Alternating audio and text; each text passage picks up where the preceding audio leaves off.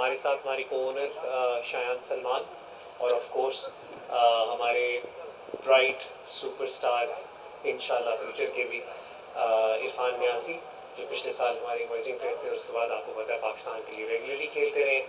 मैं Haider as a team director, जो बाकी सवाल है जैसे भी आप प्रोसीड करना चाहिए।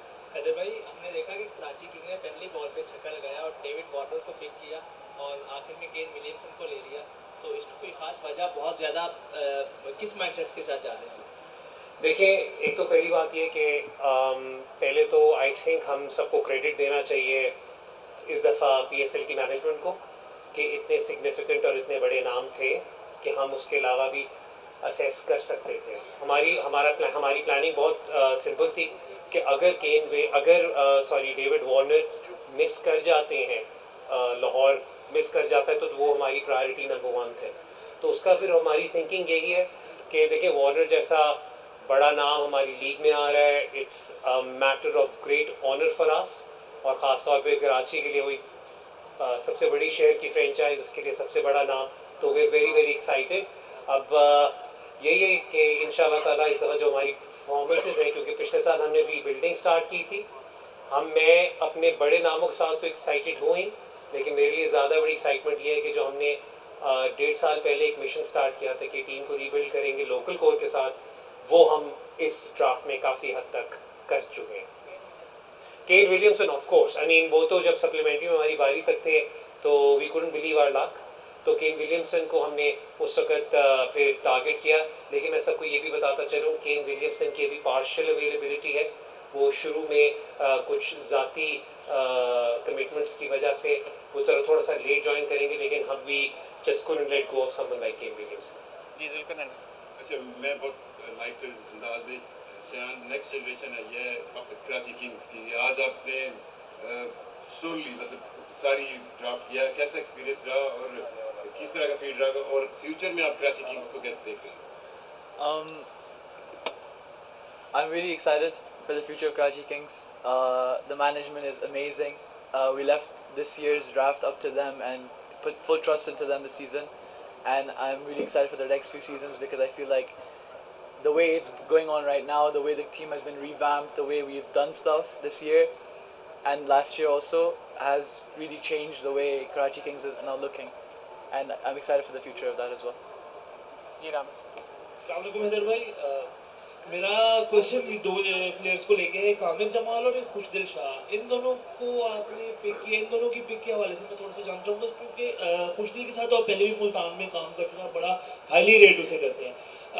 आमिर जमाल के पीछे क्या थॉट प्रोसेस था आपका? Thank you. खुशदिल का आपने मुझे खुद बता दिया, जिस तरह मतलब जो ये जानते हैं वो ये कि PSL 3 खुशदिल ज़ल्मी के लिए इमर्जिंग खिलाड़ी खेले थे, PSL 4 तक खुशदिल हर एक के प्लान से बाहर हो गए थे।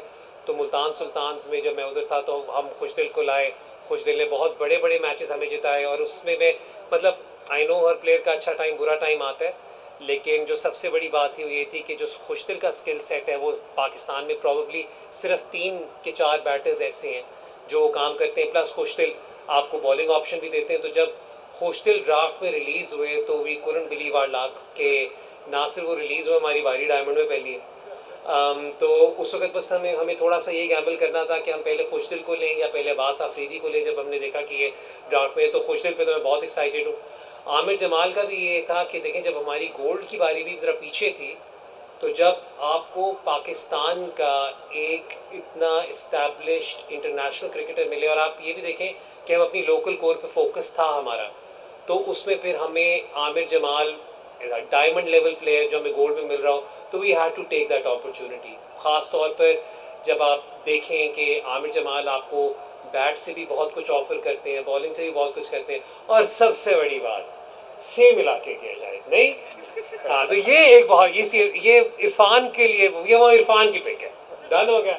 चल जी इरफान भाई, PSL में हमने देखा कि मोस्टली आप कराची से भी जो लोअर ऑर्डर में बारी लेने के लिए आते हैं, क्या हम देखेंगे थोड़ा कराची किंग्स की तरफ से जब हम डोमेस्टिक क्रिकेट PSL लाइक देख रहे हैं तो उसमें ऊपर थोड़ी बारी लेंगे? और साथ ये भी बता दीजिएगा, क्योंकि अप्रैल में मई में PSL होनी है, तो तब फास्ट बॉलर और बैटर बहुत ज़्यादा इंपॉर्टेंट होते हैं, स्पिनर को इतनी ज़्यादा हेल्प नहीं मिलती।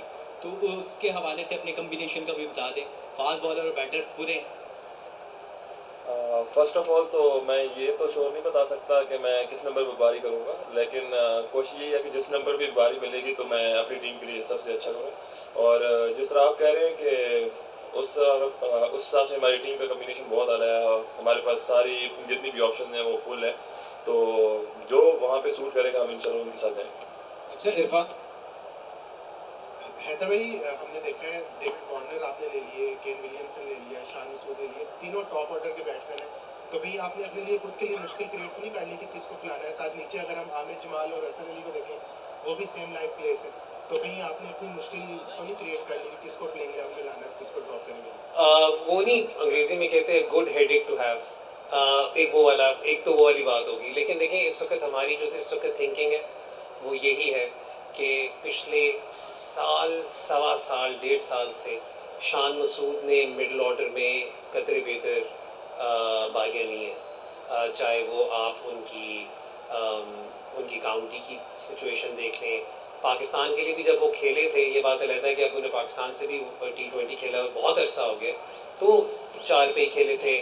फिर उसके बाद आप जो अभी रिसेंटली हैम्पशायर था उसमें भी 4 नंबर पे खेले थे। तो हम लोग इस वक्त इस फ्रेम ऑफ माइंड के साथ थे कि हम शान पर, और अगेन उन्होंने एक बात की, मैं उसी को ज़रा थोड़ा सा यहाँ पे भी करता चलूँगा, हम थोड़ा सा एक्सपेक्ट कर रहे हैं अप्रैल मई में ड्रायर विकेट्स, ड्रायर कंडीशंस, जहाँ पे बीच में अगर हमें शान मसूद एक लेफ़्ट हैंड ऑप्शन देते हैं तो हम फिर काफ़ी हद तक कुछ चीज़ें सिक्योर कर सकते हैं। प्लस लेफ़्ट राइट का कॉम्बिनेशन हमें थ्रू आउट मिल रहा है, तो हम लोग उस सेंस में हमारे प्लेयर्स बहुत फ्लेक्सिबल हैं। Warner, Vince, Seifert, Kane Williamson, इनमें से जो भी खेल रहा, हमने एडम मिलने को भी टारगेट किया हुआ है। तो हमने बस अपनी बेसिस कवर की हैं। प्राइमरली थिंकिंग यही है कि टॉप ऑर्डर जो होगा तो फ़ौरन होगा, और मिडिल में अब आप ये भी देख लेंगे क्योंकि खुशदिल भी हैं, इरफान भी हैं, अराफात भी हैं, और अगर हमें कहीं पर ज़रूरत पड़े 4 सीमर्स खिलाने की तो आमिर जमाल भी हैं। तो आमिर जमाल और मैं हसन को थोड़ा सा डिफरेंट रखूँगा, क्योंकि आमिर जमाल शायद आपको बैटिंग में कदर ज़रा ज़्यादा देते हैं, जबकि हसन पिछले साल आई नो उनकी परफॉर्मेंसेज अंडर द रेडार चली जाती है, बट आप किसी भी मेजर से अगर देखें तो पिछले साल he was one of the top 6 performers of the PSL। तो वी आर वेल कवर्ड अल्हम्दुलिल्लाह उस सेंस।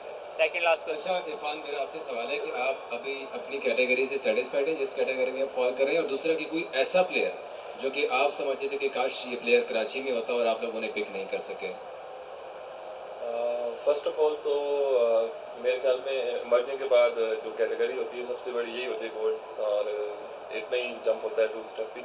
और कुछ प्लेयर्स देखें, जितने भी प्लेयर्स हमने चूज़ करने थे उनमें से मोस्टली हमने चूज़ किए, और 1-2 हैं जिनमें फ़हीम भाई थे और एक आधा और था जिनका हम कोशिश हमारी यही थी कि हम उनको पिक करें, लेकिन उनकी रिप्लेसमेंट में हमें अच्छे प्लेयर्स मिले। Last question. मैं यहाँ पर एक वही वाली चीज़ जो इरफान की मैं उसे एलैबोरेट कर दूँ। जो आपके PSL के कवानीन है उसमें ये होता है कि जब आपका इमर्जिंग खिलाड़ी जो होता है, जब वो इमर्जिंग से निकलता है तो वो अमूमन सिल्वर तक जाता है और वो मैक्सिमम गोल्ड तक जा सकता है, उससे ऊपर जा नहीं सकता। तो ये रूल की बंदिश की वजह से जो इमर्जिंग खिलाड़ी होते हैं गोल्ड से ऊपर नहीं जा सकते। हैदर भाई, मोहम्मद अब्बास अफरीदी के बारे में बताइएगा। वाइल्ड कार्ड पिक है आपकी, तो उसके आने से आपकी टीम का कम्बिनेशन कितना बेहतर होगा और इसके पीछे क्या थॉट प्रोसेस? सबसे पहले तो इसमें सबसे बड़ा थॉट प्रोसेस तो ये था कि ये काफ़ी हद तक वो एक होम कमिंग है मोहम्मद अब्बास अफरीदी की, क्योंकि अब्बास अफरीदी ने अपना PSL का करियर कराची किंग्स के साथ as an emerging player start किया था। फिर मैं ही मुल्तान लेकर गया था, मैं ही वापस कराची लेकर आया। तो हमारे लिए बहुत ऑनर की बात है कि जो खिलाड़ी हमारे लिए पहले इमर्जिंग खेल चुका था और उस सीज़न में जिस सीज़न में कराची जीता था गालबन, वो अब इस लेवल पर है, is one of the brightest stars, और उसके स्टैट्स भी ऐसे हैं कि वो जस्टिफाई करता है कि उसे ऊंची कैटेगरी पे उठाया जाए।